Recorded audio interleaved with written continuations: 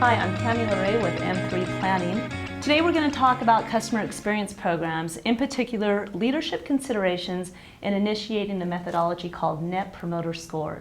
First, what Net Promoter Score, or NPS, really is it's simple and it's one question.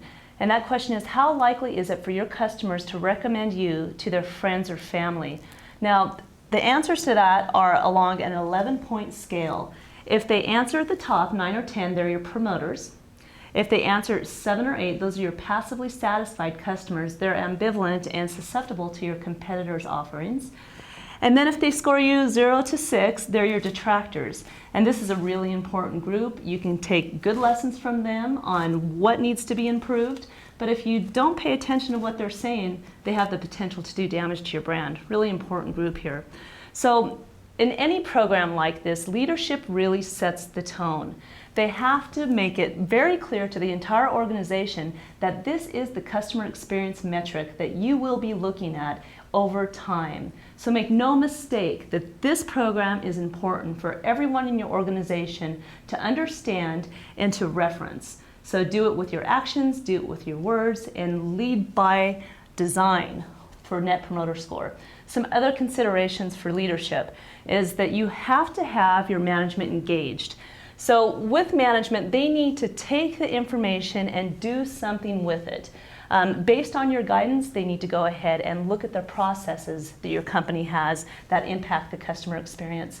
They need to look at your employee training to make sure that people are trained best to make customers happy. All those kind of things have to be in place to make sure that the Net Promoter Score program is instituted within your company in a way that's going to make a difference for customers, and that's management's role in NPS.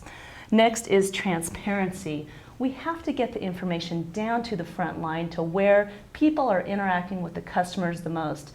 That is the crux of the whole relationship, and people need to understand how their service impacts this metric.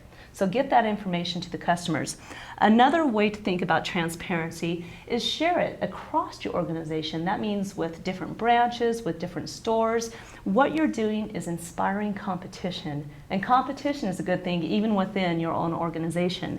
Also, what you'll be doing with getting transparent across your boundaries is getting best practices established. You might have a really good store that is really strong with NPS, and the thing is that you want to be able to build on that, share best practices that that store might be instituting, and make sure that your whole organization benefits from the good things that are being done out there.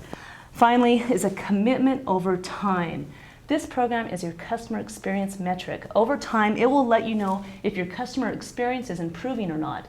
So that takes time. You have to build trends. So this isn't just 1 or 2 surveys. This is a 3, a 5, a 10-year commitment that you're going to make sure that when customers give you feedback, you're going to use it and it's going to make a difference for them in a positive way.